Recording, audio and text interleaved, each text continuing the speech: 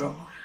Madam, 2025 సంవత్సరం ఎలానో గడిచిపోయింది. మరి 2026 వచ్చే సంవత్సరం ఏ ఏ రాశి వారికి ఎలా ఉండబోతుంది అంటారు? అసలు అన్ని రాసుల వారికి బాగుండాలని కోరుకుందాం. ఎందుకంటే కొత్త సంవత్సరం అందరూ కొత్త ఊపుతోనూ కొత్త ఉత్సాహంతోనూ మొదలెడుతూ ఉంటాం.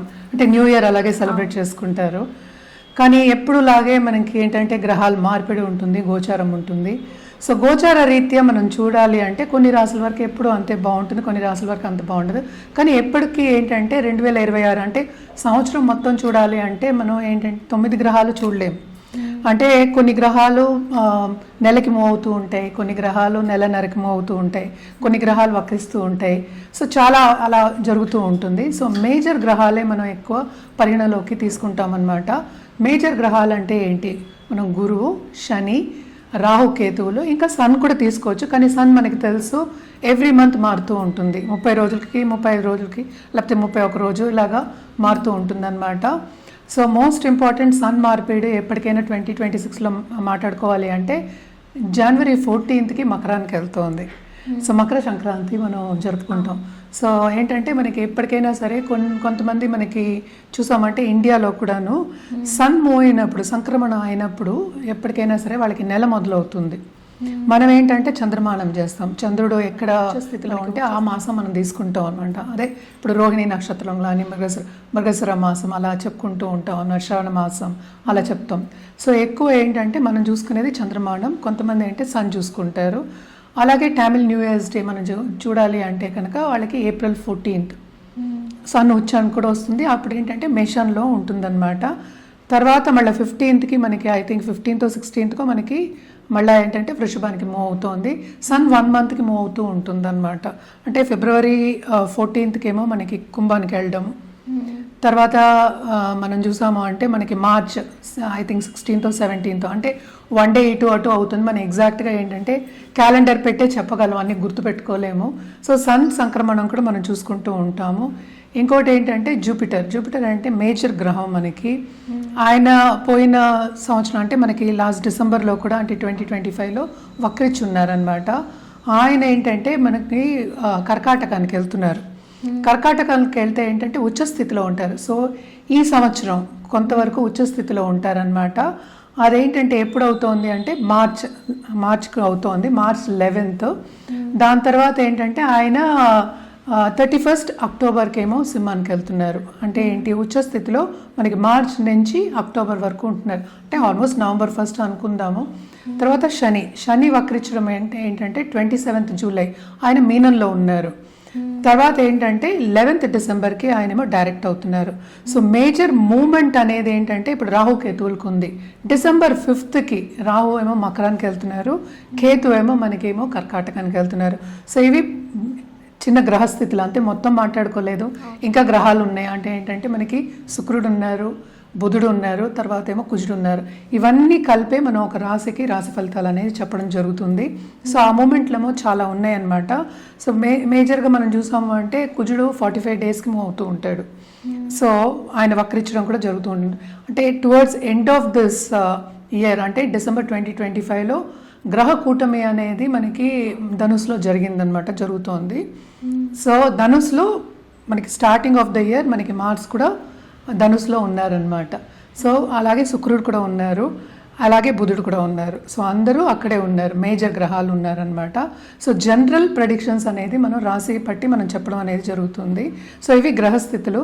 సో మేజర్గా మనం చూసాము అంటే ఏలినాటి శని ప్రభావం అనేది ఎవరెవరికి ఎక్కువ ఉందో చూస్తే మనకి కుంభానికి, మీనానికి, అలాగే ఏంటంటే మేషానికి ఉందన్నమాట.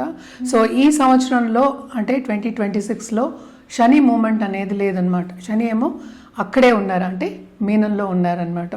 సో ఇవన్నీ చూసుకుని మనం గ్రహస్థితులు మాట్లాడుకుందాం. జనరల్ ప్రెడిక్షన్స్ అంటే ఏంటంటే ఎప్పటికైనా మనం చెప్పేది, ఎందుకంటే రాహుకేతు మూమెంట్ ఉన్నప్పుడు కొంచెం డిఫికల్ట్ అయిన ఒక మూమెంట్ అనమాట అది.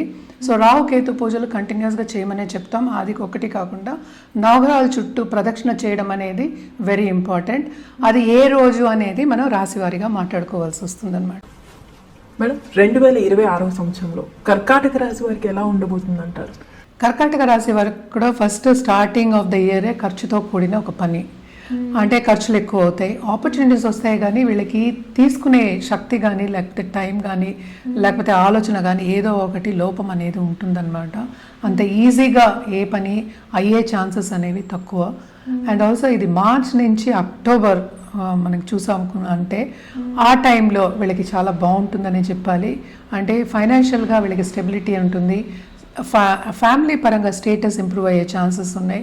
అదొకటి కాకుండా సెకండ్ లార్డ్ మనకి ఏప్రిల్లో ఎగ్జాల్టేషన్కి వస్తారు. సో ఈ మంత్స్ చాలా బాగుంటాయి. అక్టోబర్ వరకు వీళ్ళకి బాగుంది, దాని తర్వాత కూడా బాగుంది. సో ఫస్ట్ ఏప్రిల్ వరకు అంత బాగాలేదు, కొంతవరకు ఇబ్బంది పడే ఒక యోగం అని చెప్పాలి. దాని తర్వాత కొంతవరకు వీళ్ళకి బాగానే ఉందన్నమాట. అలాగే towards end of this year December 5th మనకి కేతు మూవ్ అవుతున్నాడు. సో కొంతవరకు హెల్త్ రీత్యా ప్రాబ్లమ్స్ వచ్చే ఛాన్సెస్ మనకి కనిపిస్తున్నాయి అన్నమాట. సో కెరియర్ పాత్లో ఏంటంటే కొంతవరకు బాగానే ఉంది స్టార్టింగ్ కాదు ఏప్రిల్ నుంచి. అది కూడా ఏంటంటే గవర్నమెంట్ రంగంలో ఉన్న వాళ్ళకి కానీ ఈ రాశిలో ఉన్న పొలిటికల్ లీడర్స్ కానీ పాలిటీషియన్స్ కానీ బాగుంటుందనే చెప్పాలి. అదొకటి కాకుండాను ఫార్మర్స్ కానీ లేకపోతే ఫార్మర్స్ అనద్దు ఏదైనా ఉత్పత్తి చేసేవాళ్ళు అందాము. సో ఫుడ్ రంగంలో ఉన్న వాళ్ళకి చాలా బాగుంటుంది, ఎస్పెషలీ అక్టోబర్ 31st వరకు చాలా చాలా బాగుంటుంది అనమాట. అంటే ఏంటి, హోటల్ ఇండస్ట్రీ కానీ లేకపోతే చిన్న కేటరింగ్ బిజినెస్ ఉన్న వాళ్ళకి కానీ ఇలాంటి బిజినెస్ ఉన్న వాళ్ళందరికీ చాలా బాగుంటుంది. ఏదైనప్పటికీను క్యాన్సర్ అంటే కర్కాటక రాశి వాళ్ళకి కొంతవరకు మిశ్రమ ఫలితాలే ఘోషిస్తున్నాయి 2026లో.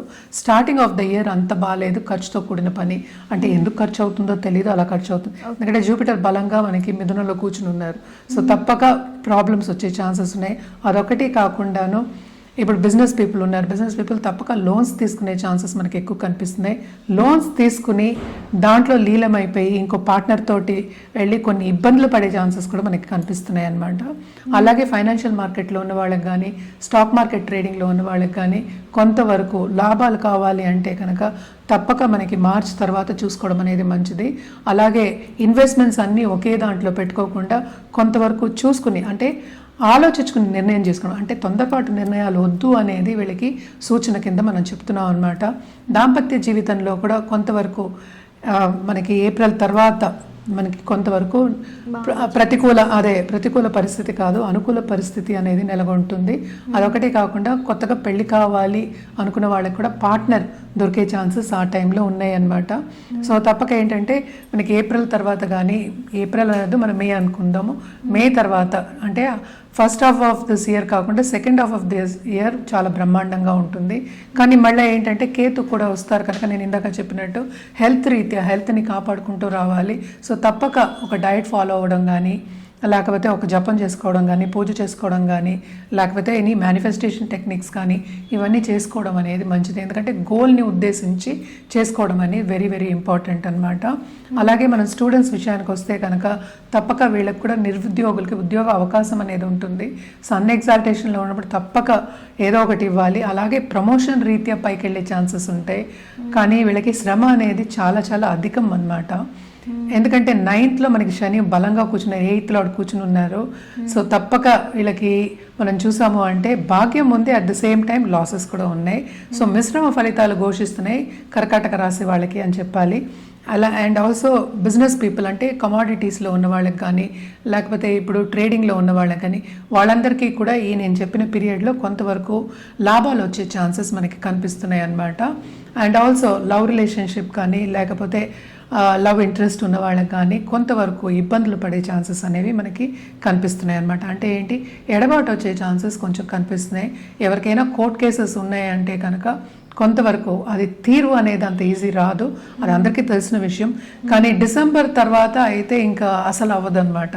సో దానికి ముందే ఏదైనా రిజల్ట్ కావాలంటే చేసుకోవడం అనేది మంచిది. సో మొత్తానికి వీళ్ళు ఎలాంటి పరిహారాలు చేస్తే బెటర్గా ఉండే ఛాన్సెస్ ఉన్నాయంటారు? వీళ్ళకి కూడా ఫస్ట్ గణపతినే సేవించాలి, ఎందుకంటే సెకండ్ హౌస్లో కేతు ఉన్నాడు. సో తప్పక ఏంటంటే వాళ్ళకి ఫైనాన్షియల్ డిస్టర్బెన్సెస్ అలాగే మ్యారిటల్ డిస్టర్బెన్సెస్ అంటే దాంపత్య జీవితంలో కొంతవరకు డిస్టర్బెన్సెస్ ఉన్నాయి. మనం మంచి మాట్లాడుకుంటున్నాము. సో గణపతికి నిత్యం పూజ చేయడం మంచిది. అంటే ఎవ్రీడే చేయండి, నిత్యం అంటే ఎవ్రీడే చేయడం. ఒక దీపం పెట్టుకోవడం, పొద్దున్న లేచి అంటే స్నానం చేసి మనం చేసే కార్యక్రమాలను చేసి దీపం నిత్యం పెట్టుకోండి మంచిది. ఒక 5 నిమిషాలు ఎవరు ఏంటి గంటల సేపు చేయమని చెప్పట్లేదు. సో 5 నిమిషాలు అదొకటి కాకుండా తప్పక శివుణ్ణి ఆరాధించడం సోమవారం మంచిది. మహామృత్యుంజయం చేయొచ్చు, అంటే మాత్రం చదువుకోవచ్చు కంటిన్యూస్గా. అలా కాకుండా లేని పక్షాన్ని గుడికి వెళ్ళి మన రుద్రాభిషేకం చేయించుకోవడం కూడా చాలా మంచిదన్నమాట. సో సోమవారం తప్పక శివాలయాన్ని దర్శించుకోండి, మంచిది. దైవ చింతన ఉండడం చాలా మంచిది, అంటే ప్రేయర్ చేస్తే ఇంకా మంచిదన్నమాట. మన రుద్రాక్షకు వచ్చితే కనుక తప్పక వీళ్ళు పంచముఖి వేసుకోవచ్చు. ఏదైనప్పటికీ వాళ్ళు చూసుకుని, అంటే ద్విముఖి కూడా వేసుకోవచ్చు అనమాట. జాతక రీత్యా ఇవ్వడం అనేది జరుగుతుంది. అదొకటి కాకుండా లక్ష్మిని తెచ్చుకోవాలి అంటే కనుక నేను చెప్పినట్టు గుంజన్ మాల కానీ, లేకపోతే నరదృష్టి తగలడానికి కొన్ని వాస్తు పిరమిడ్స్ కానీ ఇలాంటివన్నీ పెట్టుకోవడం అనేది ఇంకా మంచిది. మనం కలర్స్ విషయానికి వస్తే కనుక తప్పక వీళ్ళు గ్రే కలర్ కొంచెం వాడుకోవచ్చు. గ్రే నుంచి ఏంటంటే మనకి కొంతవరకు బ్లాక్ వరకు వెళ్లకుండా లైట్ బ్లాక్, అంటే మనం గ్రే అంటాం, డార్క్ గ్రే అంటాము. డార్క్ గ్రే, అలాగే వైట్, క్రీమ్ ఇలాంటివన్నీ వాడుకుంటే చాలా మంచిది. అండ్ ఆల్సో ఏప్రిల్ తర్వాత మనం మే అనుకుందాము, దాని గోల్డ్ కూడా చేర్చుకోవడం మంచిదన్నమాట. సో ఇవన్నీ ఏంటంటే సోమవారం వార్డ్రోబ్లో ఒక్కటైనా ఈ కలర్ కొంచెమైనా ఉండే ఒక డ్రెస్ వేసుకుంటే మంచిది, ఎందుకంటే పాజిటివ్ వైబ్స్ అనేవి ఎక్కువ అవుతాయి. సో తప్పక ఏంటంటే ఇవన్నీ స్టూడెంట్స్కి కూడా మనం చెప్తూ ఉంటాం, తప్పక వేసుకోవచ్చు, వేసుకుంటే ఇంకా బాగుంటుంది. మనం పరిహారాల కింద నేను చెప్పాను కదా ఇందాక, క్రిస్టల్స్ అవి వేసుకోవచ్చు. ఇది గుంజన్ మాల అంటారు. గుంజన్ మాల ఏంటంటే కంప్లీట్గా లక్ష్మి అట్రాక్ట్ చేయడానికి అనమాట. మనం ఎప్పుడు అనుకుంటూ ఉంటాం కదా, చంచల లక్ష్మి మన దగ్గర ఉండదు, ఇస్తూ ఉండాలి, అంటే రొటేషన్లో ఉండాలి అనుకుంటూ ఉంటాం. కానీ గుంజన్ మాల యాక్చువల్గా మనం దేవుడి గదిలో పెట్టుకోవడమో లేకపోతే మందిరంలో పెట్టుకుని పూజ చేయడమో అయితే తప్పక లక్ష్మి అనేది నిలబడుతుంది అనేది మనకి ఏంటంటే నమ్మకం అనమాట. అదొకటి కాకుండా ఇది ఎనర్జైజ్డ్ పిరమిడ్ అనమాట, మనీ గురించే, అబండెన్స్ గురించే. పైరైట్, మళ్ళీ ఏంటంటే ఇక్కడ మనకి టైగర్ స్టోన్స్ ఇవన్నీ ఉన్నాయి. పైన చూసావా క్రిస్టల్ ఉంది, అదేమో కాపర్ తోటి వైర్ పెట్టి మనం ఏంటి దానికి బ్లెస్సింగ్ ఇచ్చి ఆల్రెడీ ఎనర్జైజ్ చేసి ఇస్తాం. ఇక్కడ కూడా మనకి కాపర్ వైర్ ఉంటుంది. సో ఇది కూడా ఏంటంటే ఇంటికి గుమ్మానికి ఎదురుకుండా పెట్టుకుంటే చాలా మంచిది, డబ్బుని అట్రాక్ట్ చేయొచ్చు. అదొకటి కాకుండా చాలా మటుకు ఏంటంటే నెగిటివ్, అంటే చాలా మంది ఏంటంటే దృష్టి దోషం అనేది ఉంటుంది, నరదృష్టి అనేది కూడా ఉంటుంది. వాటన్నిటికి కూడా ఈ క్రిస్టల్ అనేది పనికొస్తుంది. ఓన్లీ ఇంట్లో నేను షాప్ వాళ్ళు బిజినెస్ చేసే వాళ్ళు ఉంటారు కదా, వాళ్ళు తప్పక షాప్ వాళ్ళు పెట్టుకొని ఏదైనా సరే ద్వారానికి ముందు పెట్టుకుంటే షాప్ వాళ్ళకి ఇంకా ఎక్కువ కావాలి కదా. సో ఇదొకటి కాకుండా మనకి ఏంటంటే ఇంకా ఉన్నాయి మన దగ్గర, వాస్తు క్రిస్టల్స్ అనేవి ఉంటాయి, అలాగే ఏంటంటే గోమతి చక్రాలు ఉంటాయి అన్నమాట, దాంతో పాటు ఉంది. అండ్ ఆల్సో నవధాన్యాలది కూడా ఉందన్నమాట, అలాగే రుద్రాక్షది కూడా ఉంటుంది. సో రుద్రాక్ష పెట్టి నేను మనం ఇది పిరమిడ్ ఇస్తాం. సో ఇవన్నీ కూడా వాళ్ళు ఎదురుకుండా పెట్టుకోవచ్చు, ఎందుకంటే ఎనర్జైజ్ చేసింది ఎప్పటికైనా సరే మనకి బ్లెస్సింగ్స్ అనేది ఉంటుంది. సో బ్లెస్ చేసింది ఏంటంటే మన బ్లెస్సింగ్స్ తిరిగి వస్తాయి. సో తప్పక ఏంటంటే ఇవన్నీ ఎదురుకుండా పెట్టుకోవడం అనేది మంచిది, గుమ్మానికి ఎదురుకుండా, లేకపోతే ఏంటంటే వాళ్ళ షాప్కి ఎదురుకుండా.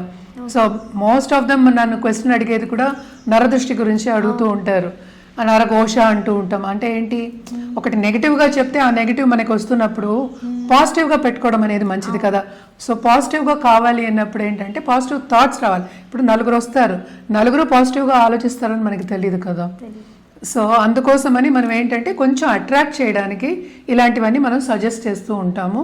అది కూడా ఏంటంటే జాతకం చూసి సజెస్ట్ చేయడం అనేది జరుగుతుందన్నమాట.